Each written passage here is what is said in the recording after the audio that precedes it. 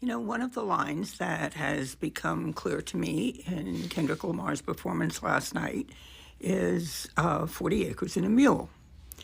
And that line is particularly potent for many Black Americans. And it happens to be a line that I remember from my education growing up in grade school in the Bronx. And I vaguely remember what it was about. It was something that was promised enslaved people. I can't remember whether I was told it was before or after emancipation, but it had to do with the Civil War.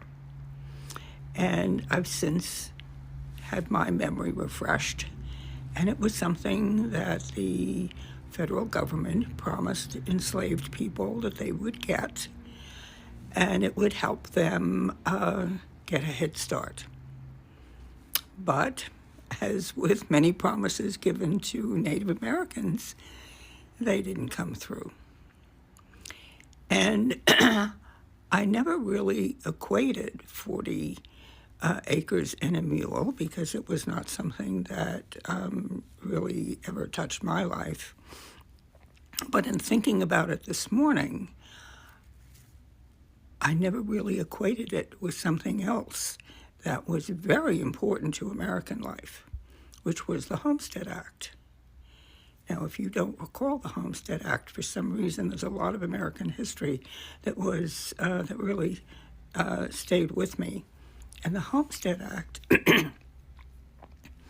was an act that the federal government felt was extremely important because they wanted to populate the Midwestern part of our country, the prairie. And so they offered 160 acres free and clear to people who would farm the land, ranch the land. I guess it was really only good for farming, but they would give free and clear 160 acres to people, and they had mapped out a huge swath of prairie land. And it was white people who took that land, and that's how a lot of our Midwest cities came into being. And they didn't rescind that promise. They gave 160 acres to people free and clear. And all they had to do was stake it out. And this may be apocryphal, but I seem to remember in class hearing how there was a date and they had people lining up and they set off a bell and you could just go and stake out your plot of land and it was yours and you could farm it. And that was the beginning of generational wealth for a lot of white people. A lot of these people came from Germany and Middle European countries, and they got a stake in this country. And here we have enslaved people who were brought over against their will and finally released from bondage and promised for their servitude they would be given 40 acres and a mule, and a mule, and they got nothing. And they had to start from scratch.